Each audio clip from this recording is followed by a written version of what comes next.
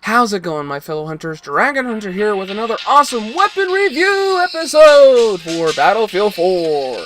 Now, today's episode, we're actually going to be doing a review for quite a few weapons today because I've actually noticed there's a lot of weapons that aren't being used in the battlefield quite recently, and I think that they could be used a lot better, considering that the newest patch has made it a lot better with the netcode, the hit markers, and a lot of other things. The weapons we're going to be doing the reviews on is the FAMAS, the CZ3A1, the QBB95-1, Goal Magnum, and Type 95-1, and the 93R pistol.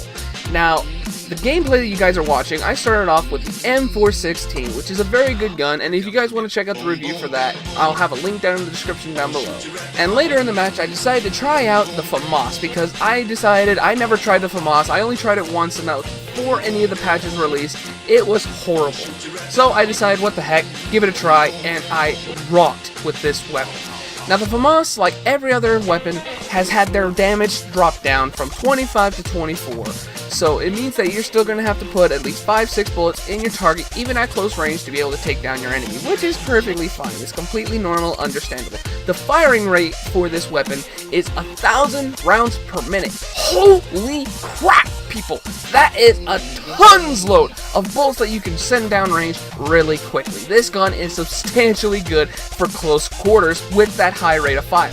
But keep in mind, with that high rate of fire, you have a lot of recoil that you have to control. Now, the muzzle velocity for it is 630 meters per second, which means that you are going to be able to hit targets pretty quickly without having to, angle a bullet track, whatever you have to do. At 200 to 300 meters, you can actually hit them pretty good. With a suppressor, it drops it down to 360 meters per second, so you're still having to aim just a little higher so you can hit those targets at a little bit more of a distance. And the magazine size for this gun is, unfortunately, 25 rounds in a magazine. But if you have that one in the chamber, it has 26. Now, the reload speed for this gun is atrocious, in my opinion. It is so horribly slow. You're sitting there when every single time you're reloading, you're wondering if you're going to die with the next time that you put your magazine in. The reload time when you don't have any ammunition, you're completely out of ammo, is 3.55 seconds. Holy crap, people, that is horribly slow. Now, the reload time for having a bullet left in the chamber is 2.8 seconds. So the threshold that you're actually dealing with between the difference is 0.78. So you're basically not even having to worry about whether it's 3 seconds or 1 second, because it's going to be slow either way, which in my opinion is atrocious. This gun would be a lot better and a lot more useful if that reload could actually get dropped. But that's not what we're going to worry about today. Now, the vertical recoil for this gun is 0.4, and the recoil to the left, or how much it pulls to the left, is 0.4 as well. But the recoil to the right, or which means how much it pulls to the right, is 0.6. So you're going to have quite a bit of recoil when you're pulling on this trigger for hitting those targets at a distance. So you need to pull down and slightly to the left so that you can hit your target on pretty decently. Now, the first shot recoil is 2.5. Holy cow. This means it's going to be jumping straight up in the air, basically, as soon as you pull that trigger. So you make sure that if you're going to be shooting more than one bullet, you have to pull down as soon as you pull that trigger. Now, I don't go into the spread or anything like that because I am not a super fanatic about those kind of things. If you want to learn about that, you can go to synthic.com to be able to get all the information you want on all Battlefield weapons, whether it's be Battlefield Bad Company 2 or the new Battlefield 4. Now, anyways, this gun is substantially good. I don't have a whole lot of attachments for the gun right now, so I only have the red dot sight, or the RDS. It is good so far, and I love how this gun is working. I love how I'm able to actually hit targets pretty quickly with that amount of time with the bullets. The only time I worry about is having to reload. Now, let's get to the CZ3A1. The CZ3A1 has the maximum damage of 24 and the minimum of 12.1. Like any other PDW, it's going to hit good when at close quarters, and it's going to hurt when it's at longer distances. The firing rate for this as well is 1,000 rounds per minute still. Holy cow, this gun is going to launch just like the FAMAS. But this gun is PDW, which means that it is mainly used for close quarter encounters. The muzzle velocity for this gun is 370 meters per second, so which means that you basically don't even have to worry about having to hit your targets as long as you're focusing on close quarters. Now, the magazine size is 30 rounds in a magazine, and if you have that one in the chamber, it's 31. Now, the reload time for this gun is substantially better than the FAMAS, substantially better. The reload speed when you don't have any ammunition, you're out of ammo, you need to reload right now or you're gonna die, is 2.4 seconds. That is a long time if you think about it, but at the same time, it's not really that long of a time. And if you have one in the chamber, you still have a reload speed of 1.9 seconds. So you're still having to deal with a little bit of time when you're needing to reload, so you just need to time your timing when you're doing your reloads.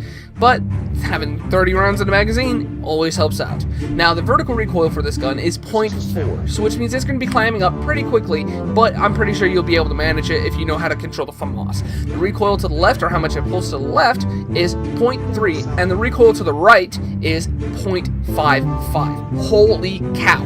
That means that this gun is going to be pulling to the right and up quite a lot. So you need to be able to pull down and to the left so that you can actually control that recoil.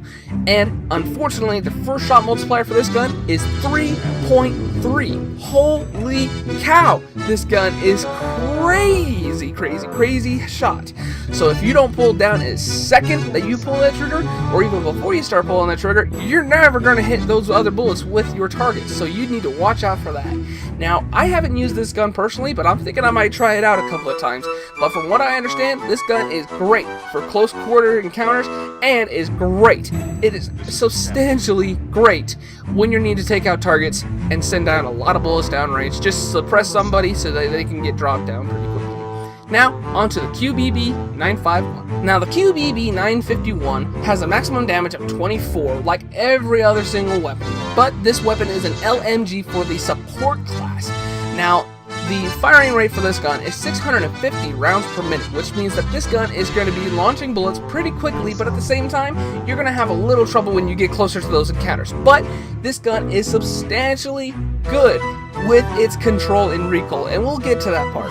Now, the muzzle velocity for this gun is 600 meters per second, which means that this gun is more or less going to be a laser beam when you need to at about 200 meters. It can be a laser beam if you can control that accuracy.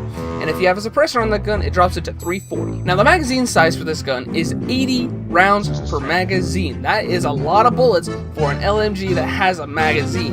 But if you have that one in the chamber, it makes it 81. Now, considering that this gun is a bullpup design, which means that the magazine is behind the firing trigger, it means that it's going to have a slower reload than anything else. And considering that it is also an LMG, you have to deal with the slow reload times of LMGs anyways. Now, the empty reload speed, which means that you're completely out of ammo, you need to reload right now, is 4.1 seconds. That is a long time to have to sit there and wait for a reload. You're basically sitting there twiddling your thumbs for every single second while that's happening. And if you have one in the chamber, it makes it so that it's 3.95 seconds. So the way I see it, you should control when you need to reload and reload tactically as often as you can. It makes it so that you don't have to worry about that 0.85 variance between the reload speeds. It may not seem like a lot, but it means a lot of difference. Now, onto the recoil, like I was telling you. Now, the vertical recoil for this gun is 0.24, which means that it's going to be climbing a little bit, but not a lot. The recoil to the left is 0.2, and the recoil to the right is 0.1. So which means it's basically going straight up and down every single time. And the first shot multiplier for this gun, which means the second the first bullet flies out, is 1.6, which is substantially low for an LMG. This gun is great when it comes to accuracy, but when you start to get targets out in the further distance, you're going to need a burst fire so you can take down your targets a little better. Elsewise, your bullet bloom, or how much the bullets will spread after a time, will get worse, and it will make it harder to shoot. Now, this gun is great for close encounters and medium ranges. It is great for accuracy, great for stability. You're basically reshooting laser beams because of how accurate you can be, because of how stable this gun is. But keep in mind, it is an LMG, which means you're going to have a longer reload time, so you make sure you need to time your reloads and you do it safely. Elsewise, you're just going to be dropped. Now, let's get to the Gold Magnum. Now, the Gold Magnum is a sniper rifle. Like any other sniper rifle, its maximum damage is 100 and its minimum damage is 59, which means that this sniper rifle, at any range whatsoever, is going to hit your target. As long as you get a headshot, it will immediately drop them. Now the rate of fire for this weapon is 51 rounds per minute. Holy crap, this is basically the fastest sniper rifle that you will ever use. You put a straight pull bolt on that thing, you're basically going to be doing a machine gun trick with this gun. That's how fast the firing rate is. Now the muzzle velocity for this gun is 580 meters per second, which means that you're going to have to track a little bit more, aim a little higher and track a little better when you're shooting this gun at longer ranges, because it means that the bullet is going to slow down and substantially drop pretty quickly. Now, if you have a suppressor on this gun, which in my opinion, if you do have a suppressor on a sniper rifle, you should not be using the sniper rifle. But anyways, the muzzle velocity, if you have a suppressor, is 330 meters per second, which means that you are going to have to substantially raise up higher and track your target a lot more to be able to get those targets with a suppressor. And for a magazine size, if you have one in the chamber, it makes it so you have 6 rounds. Now, the reload speed for this gun is a little slow, but all sniper rifles are pretty slow, so I think that it's not that much of a big difference. The reload speed when you're completely out of ammo, you fired all 6 rounds, is 4.1 seconds. And if you have one in the chamber, it's 3.3. So basically, you need to be tactical about your reloads. You need to time your reloads and make sure that you know what you're doing and know when you're firing. Now, I'm not going to go into recoil for this gun because sniper rifles, if you're going to be doing it, you should know that they're going to have a better recoil, and you have to be careful every single time you pull the trigger. Now, this gun is good for close quarters, especially if you're playing hardcore. If you're just needing to use a gun that's pretty quick, hits in one shot, if you're someone like that, using this gun with, say, an RDS or a hollow sight will be able to drop targets pretty dang quickly. I have used it in hardcore myself a couple of times, and it is pretty dang powerful. Now, let's get to the Type 95B1. Now, the Type 95B1 is like any other weapon. Its maximum damage is 24, and its minimum damage is 15.4. This is a carbine weapon. It is going to be at least 6 to 7 bullets to be able to drop your target at close range, and maybe even a little bit more at further ranges. Now, the firing rate for this gun is 650 rounds per minute. That may not be a lot, but it is quite a bit. Now, this speed actually makes it so that you're pretty challengeable when you're at medium to close range. So you're going to be able to take down your targets, but you also have to keep in mind, if there's someone using the CZ3A1 or a higher round per minute weapon, you're probably going to get dropped a little bit quicker. And the muzzle velocity for this gun is 540 meters per second. That is going to be basically a laser beam when it comes to about 200 meters. You don't have to track your target very much, and it makes it so that you can be pretty accurate with it. And if you have a suppressor on this weapon, it makes it 330 meters per second. Now, the magazine size for this gun is 30 rounds per magazine, and if you have one in the chamber, it makes it 31. Now, onto the nitty-gritty, the reload times. Now, keep in mind, this gun is a bullpup design, which means the magazine is behind the firing trigger.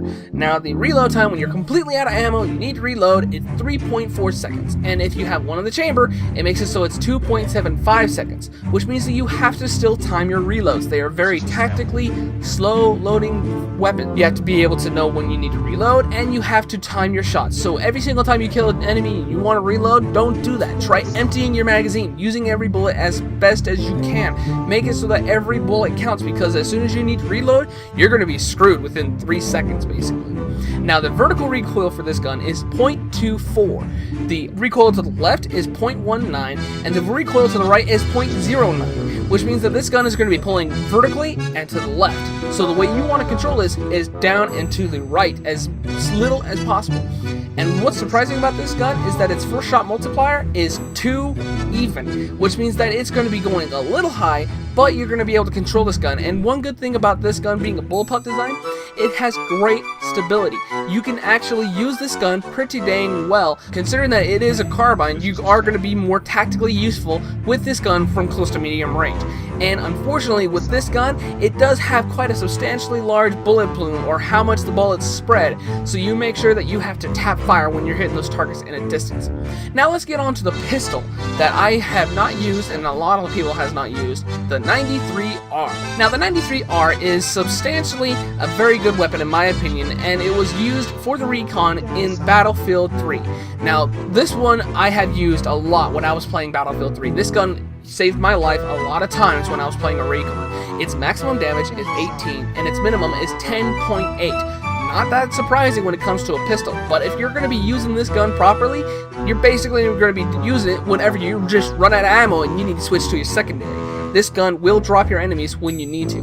Now, the rate of fire for this gun is 900 rounds per minute. This gun is super fast. You're going to be running through your magazine pretty dang quickly, but it's also understandable considering that this gun is a burst round weapon. You pull the trigger, it's going to be bursting at least 3 to 4 rounds every time you pull the trigger.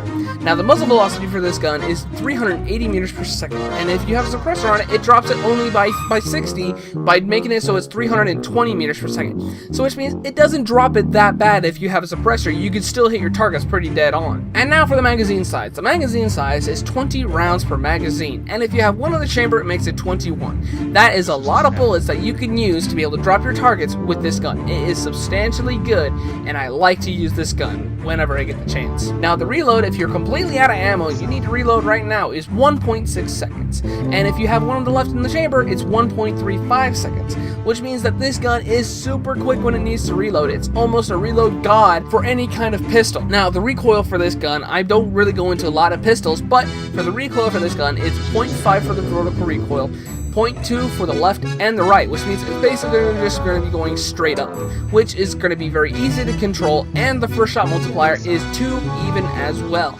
So this means that this gun is going to be an accurate pistol. As long as you're aiming down sights and you pull down a little bit, you'll be able to hit your target every single time. Now, I think I've rambled on long enough. I hope you guys enjoyed the video in the background. I loved using the FAMAS. This was the first time since I ever touched the gun to be able to actually try and use it, and I love this gun. This gun is great. It fires a lot of rounds and it's super fun. I suggest you guys give it a try if you haven't already.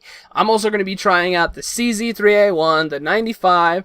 I'm going to be trying out every single weapon, and I've even gotten the gold Magnum, and I have been using it every once in a while.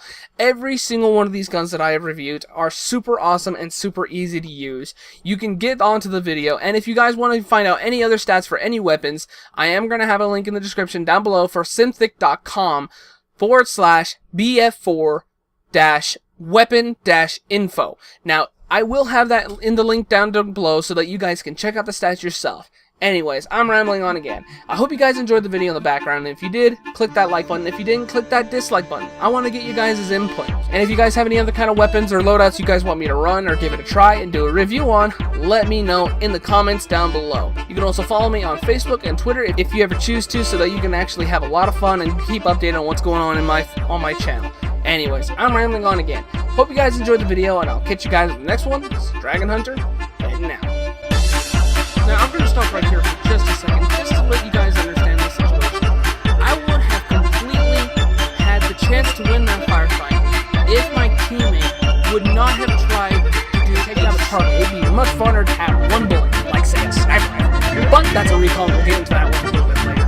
Now, this weapon's fire rate is at 750 rounds per minute. Holy crap, that's a lot of bullets.